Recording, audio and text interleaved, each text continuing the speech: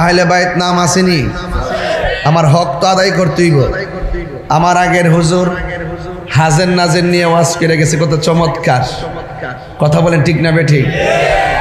কারবালার ঘটনার ভিতরে হাজার নাজরের দলিল আছে, কারবালার ঘটনার ভিতরে আমার নবী যে গায়েব জানতেন তার প্রমাণ আছে, আছে না নাই বলেন? হ্যাঁ, এগুলো একটু সামনে বাড়তেছি, দেখেন কি হয়। আল্লাহর হাবিব সাল্লাল্লাহু আলাইহি সাল্লাম বলেন, আমি তোমাদের কাছে কিছুই চাই না, আমি চাই শুধুমাত্র আমার আহলে বাইতের মহব্বত। এখন প্রশ্ন হলো, আহলে বাইত কারা?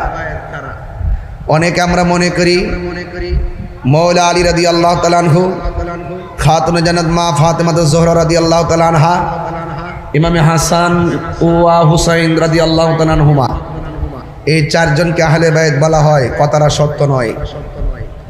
এই চারজন তো আহলে বাইতের সদস্য আছে। নবী পাক সাল্লাল্লাহু আলাইহি সাল্লামের যে স্ত্রীগণ ছিলেন তারাও আহলে বাইতের অন্তর্ভুক্ত। কি আমি কি বোঝাতে পারতেছি কিনা? দরকার আছে কিনা বলেন? এখন প্রশ্ন হলো, এই চারজনের ব্যাপারে আমরা বেশি আলোচনা করি কেন?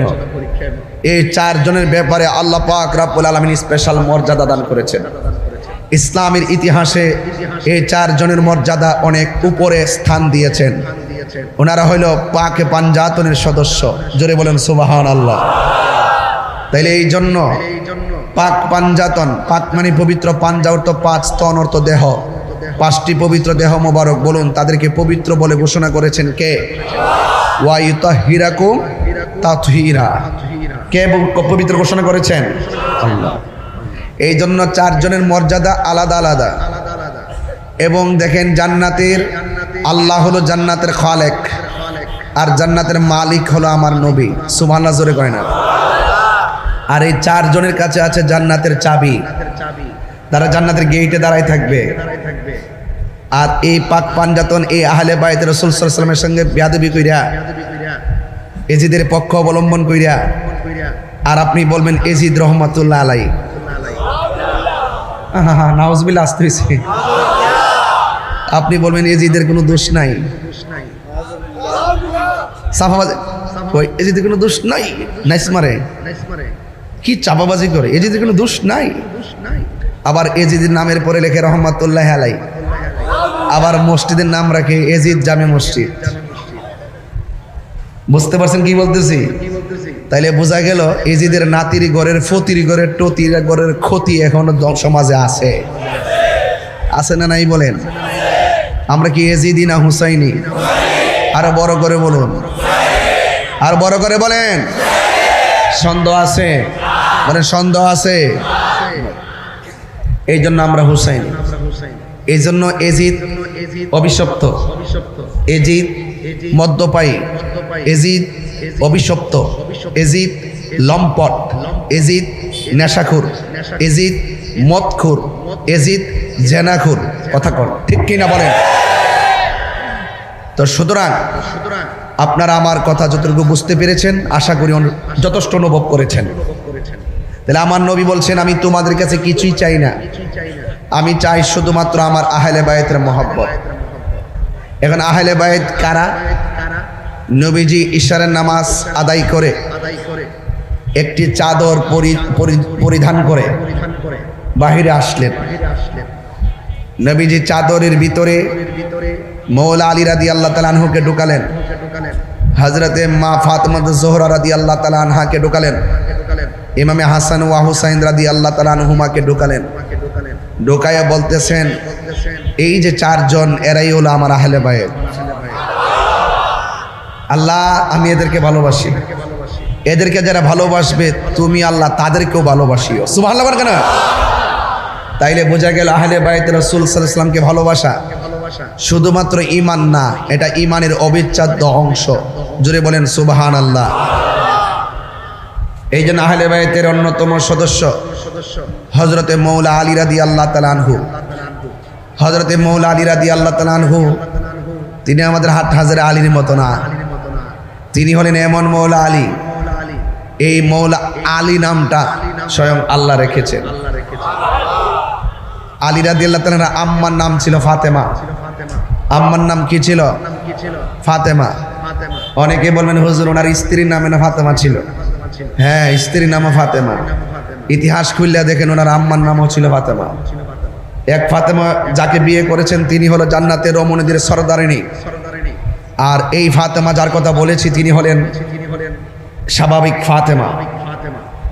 এই ফাতেমা মৌলা আলী রাদিয়াল্লাহু তাআলা আনহুর আম্মা জান, ওনার নাম রাখছেন হায়দারি। বলেন নাম রাখছি কি? বলেন নাম রাখছি কি? হায়দারি। এই জন্য আমরা সুন্নিরা যখন স্লোগান দেই অনেক সময় বলি নারে তাকবীর, আল্লাহু আকবার, নারে রিসালাত, ইয়া রাসূলুল্লাহ, নারে হায়দারি, ইয়া আলী, নারে গাউসিয়া, ইয়া গাউসুল আজম দস্তগীর। যদি বলেন না সুবহানাল্লাহ। আমার কথা কি বুঝতে পারতেছেন? আমাদের সমাজে তো অনেকে আছে নারায়ে তাকবীর বলে কিন্তু নারায়ে রিসালাত বলে না। যার যার দল করে দলের স্লোগান দেয়, নেতার স্লোগান দেয়। আর আমরা সবচেয়ে বড় দল আহলুস সুন্নাত ওয়াল জামাত। এই দলের যিনি প্রতিষ্ঠাতা, এই আহলুস সুন্নাত ওয়াল জামাত, যেটার ব্যাপারে আমার রাসূল বলেছেন আলাইকুম বিসুন্নতি ওয়া সুন্নাতিল খুলাফায়ে রাশিদিন আল মাহদিয়্যিন। আমি নবীর পথ, আমার সাহাবায়ে কেরামের পথ মতকে যারা অনুসরণ করবে তারাই হলো নাজাত প্রাপ্ত, তারাই হলো সুন্নি। তবে সুন্নি নাম খুঁজা পায় না, এই জন্য বড় সমস্যা। সেই দলটি হলো আহলুস সুন্নাত ওয়াল জামাত। আহলুস সুন্নাত ওয়াল জামাত মনে করে ওয়াহদানিয়াতের স্লোগান হলো আল্লাহু আকবার, রিসালাতের স্লোগান হলো ইয়া রাসূলুল্লাহ, বেলায়েতের স্লোগান হলো নারে হায়দারি ইয়া আলী, নারে গাউসিয়া ইয়া গাউসুল আজম। কথা বলেন ঠিক না বেটি? সকল ওলিদের স্লোগান। এই জন্য আপনারা এই সমস্ত বিষয় নিয়ে যেভাবে ধাক্কাধাক্কি করেন আমার মনে হয় এটা বড় কিছু ছিল না।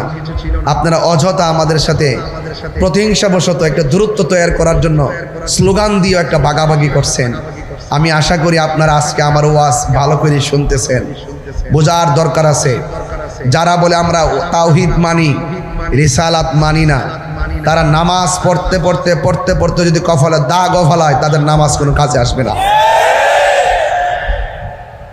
আল্লাহ মানা নবী মানা নয়, নবী মানলেই আল্লাহ মানা হয়। বুঝতে পেরেছেন? যেই যুগে যেই নবী যেই উম্মতের কাছে এসেছে ওই নবীকে ওই যুগের ওই উম্মত মানা ফরজ। এটা আল্লাহর আইন। কার আইন? এখন আমরা আছি আমাদের নবীর আমলে, মুসা নবীর আমলে কথা বলে লাভ হইব? ওনার ধর্মের কথা বলে লাভ হবে? এটা কি আছে এখন? না। আমাদের একমাত্র ধর্মের নাম কি? আল্লাহর কাছে একমাত্র মনোনীত ধর্মের নাম কি? আমাদের ধর্মগ্রন্থের নাম কি? কোরআন। ধর্মগ্রন্থের নাম কি? বলে কোরআন। আমরা যদি জবুর নিয়ে এখন আসি চলবে? জবুর দিয়া তাওরাত দিয়ে নামাজ পড়ি, নামাজ হবে? এই জন্য বড় কষ্ট। আদম সফিউল্লাহ, লা ইলাহা ইল্লাল্লাহ, আদম সফিউল্লাহ, লা ইলাহা ইল্লাল্লাহ, ইব্রাহিম খলিলুল্লাহ, লা ইলাহা ইল্লাল্লাহ, নূহ নাজিউল্লাহ, লা ইলাহা ইল্লাল্লাহ, দাউদ খলিফাতুল্লাহ, লা ইলাহা ইল্লাল্লাহ, মূসা কালিমুল্লাহ, লা ইলাহা ইল্লাল্লাহ, ঈসা রূহুল্লাহ, লা ইলাহা ইল্লাল্লাহ, মুহাম্মাদুর সাল্লাল্লাহু সাল্লাম। বড় আফসোস লাগে আদম নবীর উম্মত এই কালিমার বিরোধিতা করে নাই, ইব্রাহিম নবীর উম্মত এই কালিমার বিরোধিতা করে নাই, হযরত ইব্রাহিম নবীর উম্মত কালিমার বিরোধিতা করে নাই, দাউদ নবীর উম্মত দাউদ নবীর কালিমার বিরোধিতা করে নাই। কিন্তু দুঃখ এবং দুঃখজনক হলো সত্য, আমরা শ্রেষ্ঠ নবীর উম্মত হওয়ার পরেও এই উম্মতের গোষ্ঠী, একটা গোষ্ঠী আছে যারা বলে মসজিদের ভিতরে লা ইলাহা ইল্লাল্লাহ মুহাম্মদ রাসূলুল্লাহ পাশাপাশি লেখা যাবে না, এক পাশে আল্লাহ আর এক পাশে মুহাম্মদ নাম লেখা যাবে না, লেখলে নাকি শিরিক হয়ে যাবে। এটা আমরা কখনো কল্পনা করি নাই। নবীর উম্মত হইয়া কালিমার বিরুদ্ধে ষড়যন্ত্র করবে, এটা আমরা কখনো কল্পনা করতে পারি নাই। এই জন্য বোঝা গেল ইমানের বাজারে আগুন লেগে গেছে। জ্বলন্ত আংরা হাতে রাখলে ইমান হাতে রাখলে যেমন কষ্ট হয় তার চাইতে বেশি কষ্ট হবে ইমান রাখতে। এখন আপনারা হাট হাজারে মানুষ, আমার মাইকের আওয়াজ হাট হাজারে মাদ্রাসায়, ওনারা কিন্তু আবার এই ফতোয়া দেয় না, এটা যেটা সত্য এটাই বলি। একমাত্র ওনারা কিন্তু আবার লা ইলাহা ইল্লাল্লাহ মুহাম্মদ রাসূলুল্লাহ পাশাপাশি লেখা মানে, কিন্তু যেই গোষ্ঠীটা মানে না ওই গোষ্ঠীটার নাম হলো আহলে হাদিস। নাম কি? এরা ভ্রান্ত। আমরা আহলে কোরআনও না, আমরা আহলে হাদিসও না। যারা আহলে কোরআন তারাও ভ্রান্ত, যারা আহলে হাদিস তারাও ভ্রান্ত। যারা বলে আমরা কোরআন মানি হাদিস মানি না, তারা যেমন ভ্রান্ত। যারা সহি হাদিসের দোহাই দিয়েছি তার 6টা হাদিসের বাইরে কিছু মানতে চাই না, তারাও ভ্রান্ত। কথা বলেন ঠিক কিনা বলেন? আমরা কোরআনও মানি, সুন্নাহ মানি, আমরাই আহলুস সুন্নাত ওয়াল জামাত। আর যেই বিষয় নিয়ে আমি কথা বলতেছিলাম, রাসূল বলছেন আমি তোমাদের কাছে 2টা জিনিস রেখে যাচ্ছি, একটা হলো কোরআন আর একটা হলো আমার সুন্নাহ। একটা হলো কোরআন আর একটা হলো আমার সুন্নাহ। নাকি হাদিস রেখে গেছে বলছে? দেখাইতে পারবেন কোন কিতাবে কোন দলিল লেখছে যে আমি তোমাতা তারাকতু ফিকুম আমরাইন লান তাদিল্লু মা তামাসসাকতুম বিহিমা? কিতাব আল্লাহ ওয়াল হাদিস লেখছে? হাদিস লেখছে না, সুন্নত লেখছে, সুন্নাহ লেখছে। তাইলে হাদিস লেখে নাই। রাসূল বলছেন আমি তোমাদের জন্য 2টা জিনিস রেখে যাচ্ছি, লান তাদিল্লু নুফি তাকিদ বলান্দার ফিল মুস্তাকবিল মারো, ভবিষ্যতে কখনো তোমরা গোমরা হবে না যদি 2টা জিনিসকে ধরে রাখতে পারো। যদি 2টা জিনিসকে ধরে রাখতে পারো তাহলে ভবিষ্যতে হবে না। কেন হবে না? একটা হলো কোরআন, আরেকটা হলো আমি নবীর সুন্নাহ। নবী কি বলছে? আমার হাদিস। হাদিস বলে নাই। এমন অনেক হাদিস আছে এটা আমাদের জন্য মানা ফরজ না, এমন কিছু হাদিস আছে এটা শুধুমাত্র নবীর জন্য খাস ছিল, এই হাদিসগুলো আমাদের জন্য না। এই জন্য রাসূল সুন্নাহর কথা বলছেন, এবং রাসূল এটাও বলে গেছেন আলাইকুম বিসুন্নতি ওয়া সুন্নাতিল খুলাফায়ে রাশিদিন আল মাহদিয়িন। হ্যাঁ, তোমাদের উপরে আমার সুন্নতের কথা বলছেন, নবীর সুন্নতের কথা বলছেন। এই জন্য রাসূল বলছেন আমি তোমাদের কাছে 2টা জিনিস রেখে যাচ্ছি, একটা হলো কোরআন, আরেকটা হলো সুন্নাহ। এই 2টাকে যদি তোমরা আঁকড়ে ধরে রাখো কখনো পথভ্রষ্ট হবে না। আরেক হাদিসের মধ্যে লিখেছে আমি তোমাদের জন্য 2টা জিনিস রেখে যাচ্ছি, একটা হলো কোরআন, আরেকটা হলো আমার আহলে বায়ত। আর জোরে জোরে কন্যা সুবহানাল্লাহ, জোরে কন্যা। এখন প্রশ্ন হলো ওই দিকটা বলো সুন্নাহ, এই দিকটা বলো আহলে বায়ত। তাইলে দেখেন 2টা কিন্তু একই উদ্দেশ্য। 2টাকে ধরে রাখলে তোমরা কখনো পথভ্রষ্ট হবে না। আহলে বায়ত বললো কেন? এখানে কিন্তু খেলামেলা আছে। আমার রাসূল বলেন আমার আহলে বায়ত হলো নূহ নবীর কিস্তির মতো। নূহ নবীর নৌকায় যেমন ভাবে মানুষ উঠার পরে নবীকে মেনে নৌকায় ওঠার পরে বেঁচে গিয়েছিল, ঝড় তুফান তাদেরকে গ্রাস করতে পারে নাই। আমার আহলে বায়তের মহব্বত যার অন্তরে থাকবে পৃথিবীর কোনো অপশক্তি তার ঈমানকে ধ্বংস করতে পারবে না। এই জন্য সুন্নিরা যেহেতু আহলে বায়তকে ধারণ করে, এই জন্য সুন্নিদেরকে সহজে কেউ টাকা দিয়ে কিনতে পারে না, কেউ ডলার দিয়ে কিনতে পারে না। যারা ডলারের কাছে বিক্রি হয়ে যায়, যারা টাকার কাছে বিক্রি হয়ে যায়, তারা কখনো সুন্নি হতে পারে না। যারা আকীদাকে গোপন করে, আমরা আকীদাকে গোপন করি না, হইলে সদাই নইলে বিদায়, একটা হবে। বুঝাইয়া দিয়ে যাচ্ছি, আজকের ওয়াজ আমি চাপাবাজি করছি না, আমি বুঝাইয়া দিয়ে যাচ্ছি আপনাদের কাছে। দলিলের বাইরে আমরা কথা বলি না। তাইলে এখানে আহলে বায়ত দেখে আহলে বায়তের আলোচনা করছিলাম। আহলে বায়তের অন্যতম সদস্য মাওলা আলী রাদিয়াল্লাহু তাআলা আনহু। তিনি কি সাধারণ? নো, তিনি আহলে বায়তের সদস্য, পাঞ্জাতনের সদস্য, জান্নাতের সরদার, যার ব্যাপারে আমার নবী বলছেন আনা মাদিনাতুল ইলমে ওয়া আলিয়ুন বাবুহা। আমি নবী হইলাম এলেমের শহর, আমার আলী হলো সেই শহরের দরজা। এরপরে আমার নবী অন্যত্র বলছেন মান আহাব্বা আলিয়ান ফাকাদ আহাব্বানি ওয়া মান আহাব্বানি ফাকাদ আহাব্বাল্লাহ। যেই ব্যক্তি আমার আলীকে ভালোবাসলো সে যেন আমি নবীরে ভালোবাসলো, যেই ব্যক্তি আমি নবীরে ভালোবাসলো সে যেন আমার আল্লাহকে ভালোবাসলো। আর জীবমান আবগাদা আলিয়ান ফাকাদা আবগাদানি ওয়ামান আবগাদানি ফাকাদা আবগাদাল্লাহ। যেই ব্যক্তি আমার আলীর সঙ্গে দুশ্মনী করলো সে যেন আমি নবীর সঙ্গে দুশ্মনী করলো। আর যেই ব্যক্তি আমি নবীর সঙ্গে দুশ্মনী করলো সে যেন আল্লাহর সঙ্গে দুশ্মনী করলো। এবং আল্লাহ এবং রাসূলুল্লাহকে যারা কষ্ট দেয় তাদের জন্য হলো অপমানজনক শাস্তি। জোরে বলেন ঠিক না বেঠিক? তাহলে আমরা কি মৌলা আলীকে ভালোবাসবো না কষ্ট দিব? যাদেরকে ভালোবাসলে নবী পাওয়া যায়। আখাযা বিয়াদি হাসানিন ওয়া হুসাইনিন। আমার নবী একদিন 2 জনের হাতের মধ্যে ধরলেন, হাসানের হাতে ধরলেন, হুসাইনের হাতে ধরলেন, ধরে বললেন তাদের তোমরা যদি আমাকে ভালোবাসতে চাও আমার হাসান হুসাইনকে ভালোবাসো। এখানে সীমাবদ্ধ রাখে নাই, সামনে অ্যাডভান্স হলেন হাদিসের দ্বিতীয় অংশ ওয়া আবাহুমা, তাদের বাবাকে ভালোবাসো। ওয়া উম্মাহুমা, তাদের মাকে ভালোবাসো। এই চারজনকে যারা ভালোবাসবে, দুইটা আঙ্গুল একটা সঙ্গে আরেকটা যেমন করে শিকল বাঁধা, রাসূল বলছেন এই চারজনকে যারা ভালোবাসবে আমি নবীর সঙ্গে তারা জান্নাতে অবস্থান করবে। এখন যদি আপনি তার ব্যতিক্রম কাজ করেন, নবী যাদেরকে বলছে ভালোবাসো, আপনি যদি তাকে ঘৃণা করেন, এতে কি নবী খুশি না বেজার? আপনি যাকে বলছে, রাসূল যাকে বলছে ফুলের মালা দাও, আপনি যখন তাকে কষ্টের মালা দিবেন, নবী কি খুশি না বেজার? রাসূল বলছেন যার সাথে তোমরা ভালোবাসা সম্পর্ক করো, আপনি যখন তার গলায় ছুরি চালিয়ে দিবেন, তাহলে রাসূল কি খুশি না বেজার? তাইলে মনে রাখবেন, যারা কারবালার জমিনে রাসূলুল্লাহর আদরের কলিজার টুকরাদেরকে শহীদ করেছে, আমার নবী পাক সাল্লাল্লাহু আলাইহি ওয়াসাল্লামের শাফাত তারা হাসরের ময়দানে পাবে না। কারণ রাসূলুল্লাহ যেটাকে বলছে ভালোবাসো, যারা সেটা নিন্দা করে, সে রাসূলুল্লাহকে পাওয়ার কোনো অধিকার নেই।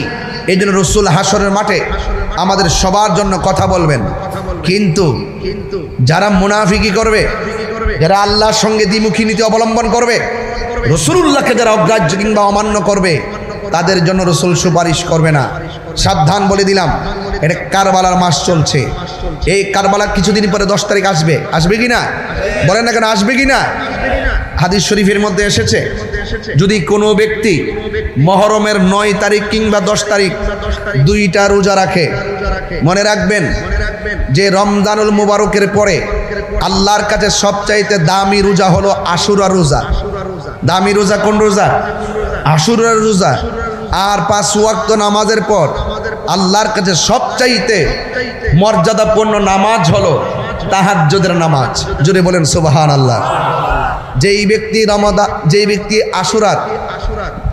ব্যক্তি আশুরার 9, 10 কিংবা 10, 11 এই 2 দিন রোজা রাখবে, তার 1 বছরের গুনার কাফফারা হয়ে যাবে।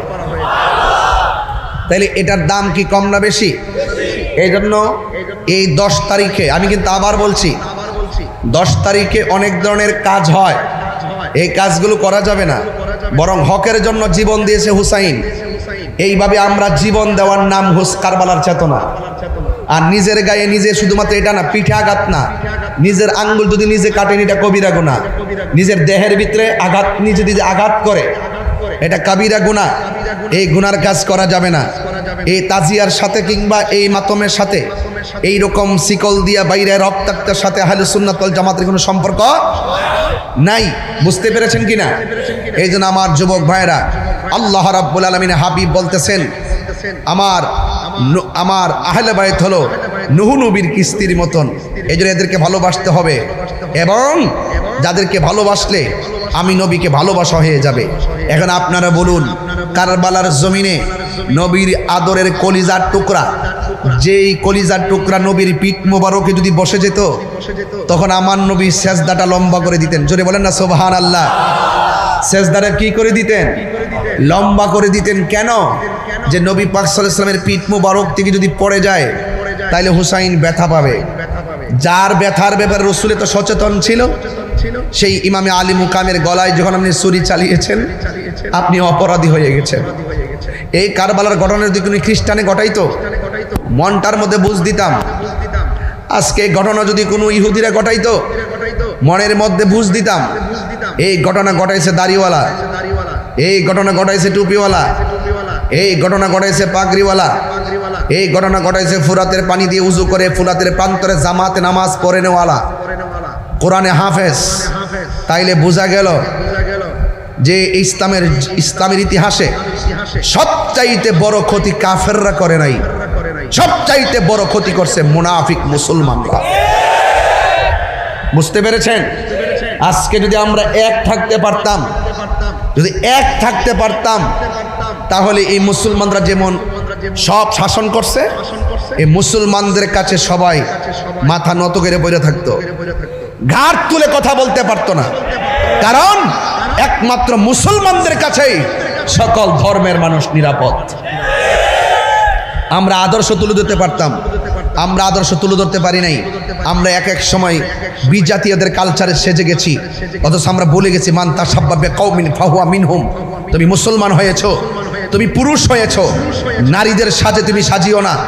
তুমি নারী হয়েছো, পুরুষের সাজে তুমি সাজিও না। তুমি যেভাবে মন চাই সেভাবে চলতে পারো না। তোমার সীমারেখা আছে, তোমার সীমাবদ্ধতা আছে। যে মুসলমান যখন বিজাতীয় কালচারে নিমজ্জিত হয়ে গেছে, তখন মুসলমানদের অধপতন শুরু হয়ে গেছে। কথা বলেন ঠিক কি না?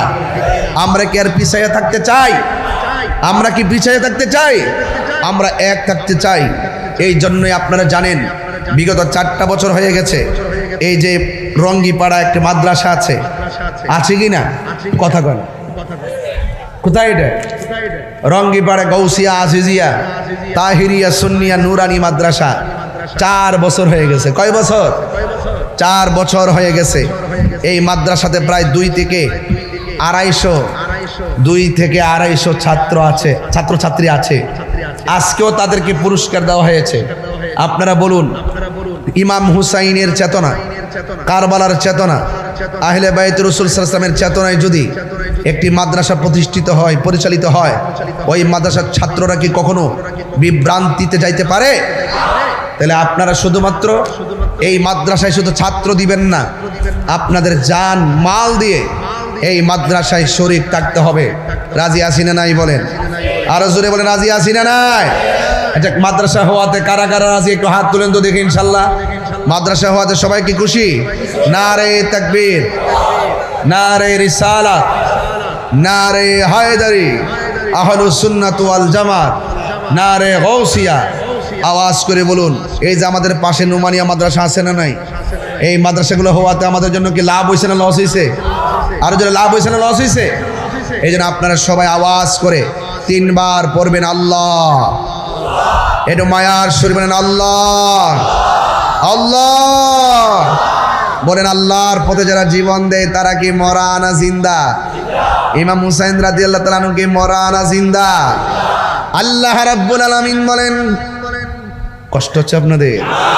আমি যদি এই কথাগুলো কথা বলে না বলতাম, সুর দিলে আপনারা বুঝতেন না। এই জন্য কথা বলে বলে টাচ দিয়ে দিয়ে হৃদয়টা আমি টাচ করেছি। এবার একটু শুনেন আমি কি বলি, আল্লাহ কি বলছেন। আল্লাহ রাব্বুল আলামিন বলেন, ওয়ালা তাকুলু লিমান ইউকতালু ফি সাবিলিল্লাহি আমওয়াত বাল আহইয়াউ ওয়ালাকিন লা তাশউরুন।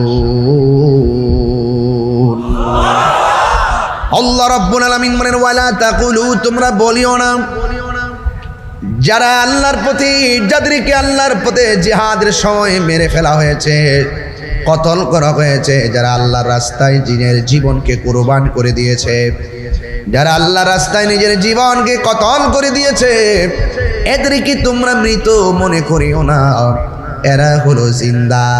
এখন হাট হাজারি থেকে আমার আল্লাহকে ডাক দিয়ে বলি, আল্লাহ যারা মারা গেছে আমরা তো তাদেরকে বলি মারা গেছে। আর অনেক মানুষ যখন মারা যায় তখন তো আল্লাহ আপনি বলেছেন কুল্লু নাফসিন যায়িকাতুল মাউত, সব প্রাণী মরণশীল। যারা মারা গেছে এদেরকে তো মরাই বলবো, কিন্তু এখানে আপনি বলছেন মারা গেলেও মৃত বলা যাবে না, কারণটা কি? আল্লাহ বলে এই মরাটাই যে কেমনে জিন্দা, ওয়ালাকিন লা তাশউরুন, এটা তোমরা বোঝার মতো মেমোরি আমি আল্লাহ রাব্বুল আলামিন তোমাদেরকে দান করি নাই।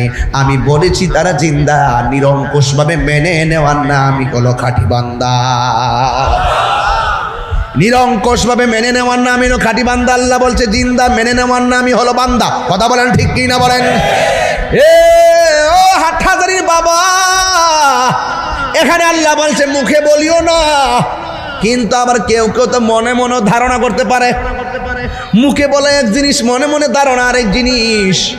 এই জন্য আমার আল্লাহ রাব্বুল আলামিন আরেক আয়াতের মধ্যে বলেন, ওয়ালা তাহসাবান্নাল্লাযীনা কুতিলু ফি সাবিলিল্লাহি আমওয়াতা বাল আহইয়াউন ইনদা রাব্বিহিম ইউরযাকুন।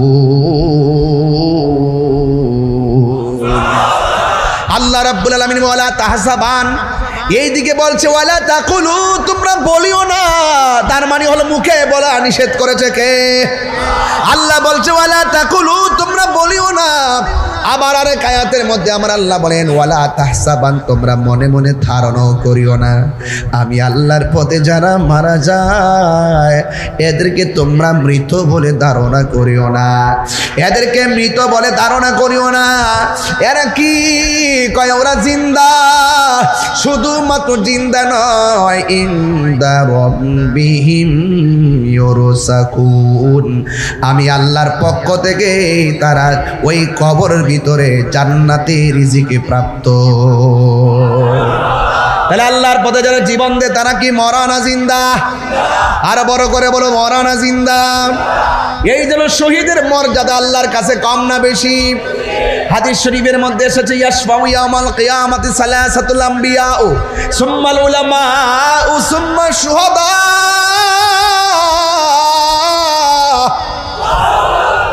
আল্লাহর হাবিব সাল্লাল্লাহু আলাইহি সাল্লাম বলেন হাশরের ময়দানে তিন প্রকারের মানুষ আল্লাহর দরবারে কথা বলবে, আল্লাহর দরবারে শাফাআত করবে। এক নম্বর হলো নবীগণ, দুই নম্বর হলো আলেমগণ, তিন নম্বর হলো শহীদগণ। আপনারা জবান খুলে বলেন শহীদের মর্যাদা বাড়াইছে কে? এই জন্য এখন তো আমরা জানতেন কিছু হইলেই কই শহীদ। শহীদ কি মাগনা হই?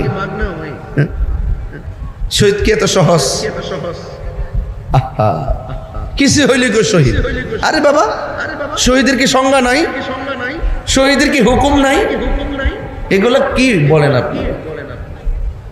সত্যিকার অর্থে জিহাদের তামান্না, শাহাদাতের তামান্না, সত্যিকার অর্থে জিহাদ যদি হৃদয়ে ধারণ করত, ওই মুজাহিদের কথাই রাসূল বলেছেন আল জিহাদু মাযিন ইলা ইয়াউমিল কিয়ামah, জিহাদ কিয়ামত পর্যন্ত চলবে।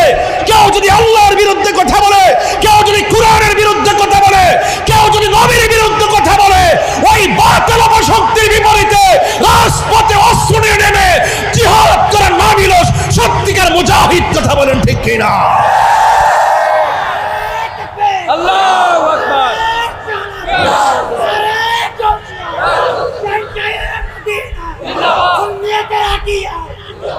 এই জন্য আমরা বলে গেছি, যেমনটা বলে গেছি তাবলিগ, যেমনটা বলে গেছি তাবলিগ, তাবলিগ বলে গেছি আমরা। আমরা মনে করি মসজিদে একটা গাড়ি লয়ে গেলাম, কিছু খাউন টাউন নিয়ে ঢুকলাম, 40 দিন খাইলাম, চিল্লা মারছি, বাস তাবলিগ হয়ে গেছে। তাবলিগ কি এত সহজ কথা?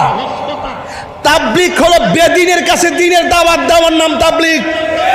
আর যেভাবে মসজিদে মসজিদে যেভাবে থাকা হয় এটার নাম তাবলিগ না, এটা হলো তালিম। আজকে তাবলিগ একটা কঠিন চ্যালেঞ্জকে আমরা যখন নিজেদের ঘরের ভিতরে সীমাবদ্ধ করে ফেলেছি, তখন ওই সমস্ত ইহুদি খ্রিস্টান চক্রান্ত ছলে বলে কৌশলে আমাদের মুসলমানদের ঘরে ঢুকে ঈমানকে নিয়ে যাচ্ছে। কথা বলতে এই কথাগুলো বললে আপনারা বুঝতে চান না। আপনারা মনে করেন যে আমি তাবলিগের বিরুদ্ধে, প্রশ্নই আসে না। তাবলিগ করা কিয়ামত পর্যন্ত জায়েজ। যেই তাবলিগ আমার রাসূল করেছেন, খাজা গরিবে নওয়াজ করেছেন, যিনি ভারতবর্ষে এসেছিলেন একটা মুসলমান ছিল না, তিনি যখন ইন্তিকাল করেছেন যার জানাজার ভিতরে 90 লক্ষ মুসলমান হয়েছে। সেই তাবলিগ আমরা ভুলে গেছি, যেমন ভাবে আমরা শহীদ বলে গেছি। মনে করি নিজেদের স্বার্থ হাসিল করার জন্য, এই সিয়ারের জন্য, ক্ষমতার জন্য, বান্ডেলের জন্য যুদ্ধের মাঠে নেমে গেলাম আর মরে গেলাম, শহীদ হয়ে গেলাম। এতই সোজা?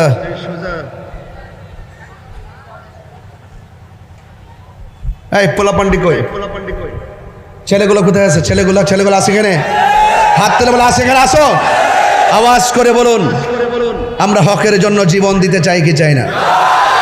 আবারও কথাটা রিপিট করলাম, নিজের দলের জন্য, চেয়ারের জন্য, ক্ষমতার জন্য, বান্ডেলের জন্য, ডলারের জন্য রাজপথে নাইমা নারে তাকবীর স্লোগান দিয়া মরে গেছেন গা, শহীদ গেছেন গা। এতই সোজা শহীদ, এতই সহজ। যখন আমরা শাহাদতকে নিজেদের ব্যক্তিগত স্বার্থে নিয়ে এসেছি, লিল্লাহি ওয়ালির রাসূল ওয়ালিদ দ্বীন, দ্বীন এবং ওয়ালিল কুরআন, কুরআনের জন্য যা হওয়ার দরকার ছিল, দ্বীনের জন্য যা হওয়ার দরকার ছিল, আল্লাহর জন্য যা হওয়ার দরকার ছিল, নবীর জন্য যা হওয়ার দরকার ছিল, আমরা যখন মূলনীতি উসুল ফেলে দিয়ে নিজের স্বার্থ সিদ্ধি হাসিল করার জন্য আমরা যখন ইসলামকে ব্যবহার করছি, তখন সত্যিকার জিহাদ উঠে গেছে, সত্যিকার শাহাদাতের তামান্না উঠে গেছে। কারবালার মাঠ বলছি, নরম কথা বলার সুযোগ নাই। এটা মুহররমের চাঁদ, কথা বলেন ঠিক কিনা? এখন আওয়াজ করে বলুন, আমরা শহীদ হব। কি হব? কিন্তু কাকে সন্তুষ্ট করার জন্যে? নাকি মানুষকে দেখাইবার জন্যে? নাকি ওহে গোফাবাসী আমায় মুসাফির ভেবো না, ওহে গোফাবাসী আমায় মুসাফির ভেবো না, আমি এমনেতে আসিনি, দাওয়াতে এসেছি, মেহমান বানিয়ে কি যে কষ্ট দিল, মেহমান বানিয়ে কি যে কষ্ট দিল, আমি কাঁদিতে আসিনি, কাঁদানো হয়েছে, আমি কাঁদিতে আসিনি, কাঁদানো হয়েছে। যে মাথা ঝুকাতো আল্লাহরই দরবারে, সে মাথা কাটিল এজিদ সীমারে, যে মাথা ঝুকাতো আল্লাহরই দরবারে, সে মাথা কাটিল এজিদ সীমারে, শাহাদাতের মর্যাদা লাভ করেছি, শাহাদাতের মর্যাদা লাভ করেছি, আমি মরেছি এমন নয়, জিন্দা হয়েছি, আমি মরেছি এমন নয়, জিন্দা হয়েছি। ওহে কুফাবাসী আমায় মুসাফির ভেবো না, আমি এমনেতে আসিনি, দাওয়াতে এসেছি, মেহমান বানিয়ে কি যে কষ্ট দিল, মেহমান বানিয়ে কি যে কষ্ট দিল, আমি কাঁদিতে আসিনি, কাঁদানো হয়েছে, আমি তৃষ্ণার তব নয়, বানানো হয়েছে, আমি এমনেতে আসিনি, দাওয়াতে এসেছি, আমি কাঁদিতে আসিনি, কাঁদানো হয়েছে।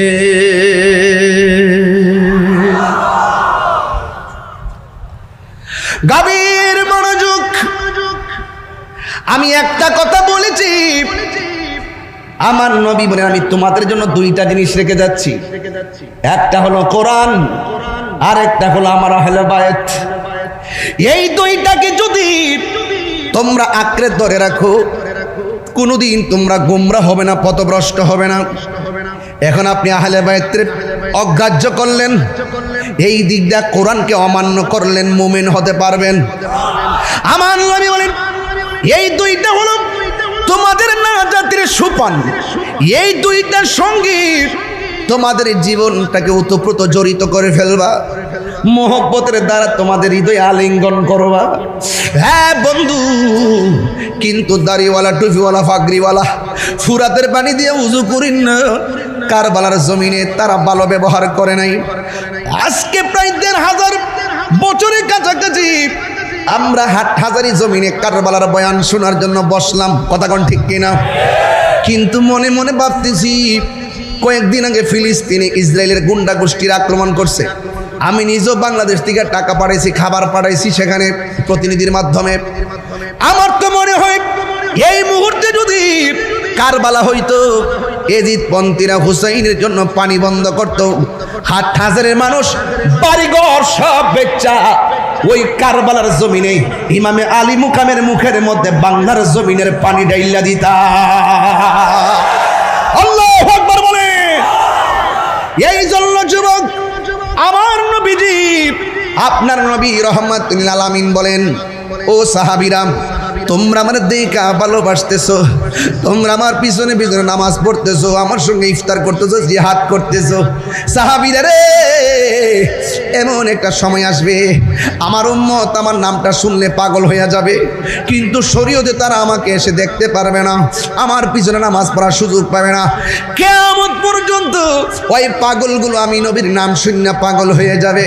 হাসরের ময়দানে আমার আল্লাহ রাব্বুল আলামিন ওই পাগলদের সম্মান অনেক বাড়ায়া দিবে। এখনো বাংলার জমিনে এমন কোন মায়ের সন্তানের কলিজা এত বড় হয় নাই, কোরআনের মধ্যে পা দিয়ে আঘাত করবে, কোরআনের মধ্যে পৃষ্ঠাটা ছিঁড়বে, এমন সাহস হয় নাই, এখন এমন সাহস হয় নাই। আমার নবীর বিরুদ্ধে কথা বলবে, আমার নবীর বিরুদ্ধে কটূক্তি করলে এখনো মুসলমানরা বরদাস্ত করতে পারে না, কথা কোন ঠিক না বেঠি? এই জন্য আমার নবী, আপনার নবী রাহমাতুল লিল আলামিন বলেন, যাও যাও এই দুইটা জিনিস আঁকড়ে ধরে রাখবাম। কিন্তু কারবালার জমিনে নামদারি মুনাফিক মুসলমানরা ইমাম হুসাইন পরিবারের জন্য তারা পানি বন্ধ করছে, অথচ আমার নবী বলেছেন তোমরা দুইটা জিনিসে বাধা দিও না। ১ নম্বর হলো পানি, ২ নম্বর হলো রাস্তা। রাস্তার বাধা দিও না, পানির বাধা দিও না। ও বন্ধু, এই পানির বাধা দিল ইয়াজিদ বাহিনী, ইবনে জিয়াদের গোষ্ঠী ইমাম হুসাইন রাদিয়াল্লাহু তাআলা আনহুর জন্য পানি বন্ধ করলো। আপনারা কি মনে করেন ইমাম হুসাইন রাদিয়াল্লাহু তাআলা আনহুর পাওয়ারটা কি কম ছিল? আরে খাজা গরিবে নওয়াজ যদি পিতৃ আজরায়ের কারণে আনা সাগরের পানি বর্তনের ভিতরে আনতে পারে, খাজা গরিবে নওয়াজ যদি আনা সাগরের পানি বর্তনের মধ্যে ঢুকাইতে পারে, আর কোটি কোটি গুণ পাওয়ারফুল হলো, বেলায়েতের পাওয়ারফুল হলো ইমাম হুসাইন। ইচ্ছে করলে ফুরাতের নদীর পানি মস্কের ভিতরে আনার ক্ষমতা ছিল কি ছিল না? আরো জোরে কোন ছিল কিনা? এরপরও কেন তিনি আনে নাই? কারণ নানাজান বলে গেছে হুসাইন, ও হুসাইন, এমন একটা সময় আসবে যেই জায়গায় গেলে ঘোড়ার পাগুলো মাটির নিচে ডেবে যাবে। সালমা গো, বোতলের মধ্যে কিছু মাটি দিয়ে গেলাম, এই মাটিটি যেই দিন লাল বর্ণ হয়ে যাবে, রক্ত হয়ে যাবে, সেই দিন মনে করব আমার নাতি হুসাইন শহীদ। নবী, আপনার নবী যেইভাবে বলে গেছেন ঠিক এমন নবী হুসাইন রাদিয়াল্লাহু তাআলা আনহু যখন গেলেন কারবালায়, ঘোড়ার পাগুলো মাটির নিচে ডেবে গেছে। ইমাম হুসাইন কই, শহর মানুষ ও সখিনা, ও জৈনব, শুনো, আমার নানা জান যেই ভবিষ্যৎবাণী করছিলেন যেই জায়গায় গেলে ঘোড়ার পা মাটির নিচে ডেবে যাবে, এই জায়গাটা আমার শাহাদতের সেন্টার। ইমাম হুসাইন তো ভালো করেই জানে তার রক্তের ফোঁটার সঙ্গে নানা জানের কোটি কোটি উম্মতের নাজাতের সম্পর্ক রয়েছে, ঠিক কিনা? এই জন্যে ইমাম হুসাইন রাদিয়াল্লাহু তাআলা আনহুকে শহর বানো ডাক দিয়ে কয়, স্বামী গো আমার, ওরা তো আপনার ফুলের মালা দেওয়ার কথা, এতগুলা চিঠি লেখলো, চিঠির ভাষা এত সুন্দর, ওরা দিয়ে আপনাকে ফুলের মালা না দিয়া আপনার গায়ের মধ্যে তলোয়ার লাগাই দিতেছে। ইমাম হুসাইন রাদিয়াল্লাহু তাআলা আনহু বলেন, শহর বানু, নামাজ যেমন ফরজ, পর্দা তেমন ফরজ, তাবু টানাই দিতেছি, পর্দার ভিতরে চলে যাও। ইমাম হুসাইন রাদিয়াল্লাহু তাআলা আনহু বলেন, পৃথিবীর মানুষ, তোমরা যারা আমার সঙ্গে এসেছো, একটা রাত তোমাদেরকে সময় দিলাম। ইমাম মুসলিম আমার আগে আয়েশা শহীদ হয়ে গেছে। মুসলিমের দুইটা পোলা, একজনের নাম হলো মুহাম্মদ, আর একজনের নাম হলো ইব্রাহিম, দুইজনও শহীদ হয়ে গেছে। তোমরাও যে আমার সঙ্গে এসেছো, আমার সঙ্গে থাকলে তোমরা শহীদ হওয়া লাগতে পারে। একটা রাত তোমাদেরকে সময় দিলাম, এই রাত্রের ভিতরে তোমরা যার যেমনে চলে যাও। রাতের বেলা সবাই ঘুমাইলো। ইমাম হুসাইন রাদিয়াল্লাহু তাআলা মনে মনে ভাবলেন, যেহেতু আমি সবাইরে ছুটি দিছি, যার যার জানের চিন্তা তো আছে, মনে হয় যেন সবাই চলে গেছে। আল্লাহর কসম রে হাটহাজারীর বাবা, ইমাম হুসাইন রাদিয়াল্লাহু তাআলা ঘুম থেকে উইটা দেখে একটা সদস্য কারবালার জমিন থেকে পলায়ন করে নাই। ডাক দিয়ে বলে, ও হুসাইন, কেমনে ভাবলেন হকের ময়দান থেকে পলায়া যাব? দরকার হয় জীবন দিব, কিন্তু ঈমান দিব না। আর চিৎকার মেরে কন্যা আল্লাহু আকবার। হে হুসাইন, নবীজিরাও লাখ সালাম জানাই, মোরা তোমায় সালাম জানাই। একটু দিলটা খুললে কন্যা, হে হুসাইন, নবীজিরাও লাখ মোরা তোমায় সালাম জানাই, মোরা তোমায়। যে মাথা হাত বুলিয়ে ঘুম পাড়াতেন আম্মা ফাতেমায়, যে মাথা হাত বুলিয়ে ঘুম পাড়াতেন আম্মা ফাতেমা, যে মাতায় হাত বুলিয়ে ঘুম পাড়াতেন আম্মা ফাতেমায়, সে মাতা কেমন করি তুলে নিলি বর্ষার আগায়। হে হুসাইন, নবীজির আওলাদ সালাম জানাই, মোরা তোমায় সালাম। জানি না কেমন করে ছিলেন নবী সোনার মদিনা, জানি না কেমন করে ছিলেন নবী সোনার মদিনায়। যে সময় এজিদের দোল হুসাইনের গলে তলোয়ার চালায়, যে সময় এজিদের দোল হুসাইনের গলে তলোয়ার চালায়। হে হুসাইন, সালাম জানাই, मैं सलाम জানাই। জুরি জুরি কি আল্লাহু আকবার বলা যাবে না? ও বন্ধু, আমি শেষ দিকে একটু যাওয়ার দরকার আছে। ইমাম হুসাইন রাদিয়াল্লাহু তাআলা আনহু যখন তিনি কারবালার ময়দানে, হায়রে এক বেয়াদব ইমাম হুসাইন রাদিয়াল্লাহু তাআলা বুকের মধ্যে চাপ দিয়া বসছে। নাউজুবিল্লাহ কোন নাকি লেগে, আর জোরে কোন নাউজুবিল্লাহ কোন। ইমাম হুসাইন রাদিয়াল্লাহু তাআলা আনহু বলেন, আমার বুকের মধ্যে এমন ভাবে চাপ দিয়া বস না রে। কয় কেন? আমার বুকটা হাজারবার আমার নানার সিনা মুবারকের সঙ্গে লেগেছে। ওই বেয়াদব ডাক দিয়ে বলে, হুসাইন একটু পানি পান করো। তোর আমার পানিতে স্মস্কার করস, আমার জন্যে আল্লাহর হাউজে কাউসারের পানি অপেক্ষা করতেছে। হ্যাঁ মুসলমানরা রে, তোরা না আমার নানার পিছনে নামাজ পড়ছিলি, তোরা না আমার নানার পিছনে এক কাদা করছিলি, ঠিক আছে আমার তোরা জবাই করি, অসুবিধা নাই, আমার 2 রাকাত নামাজ পড়ার সুযোগ দে, আমি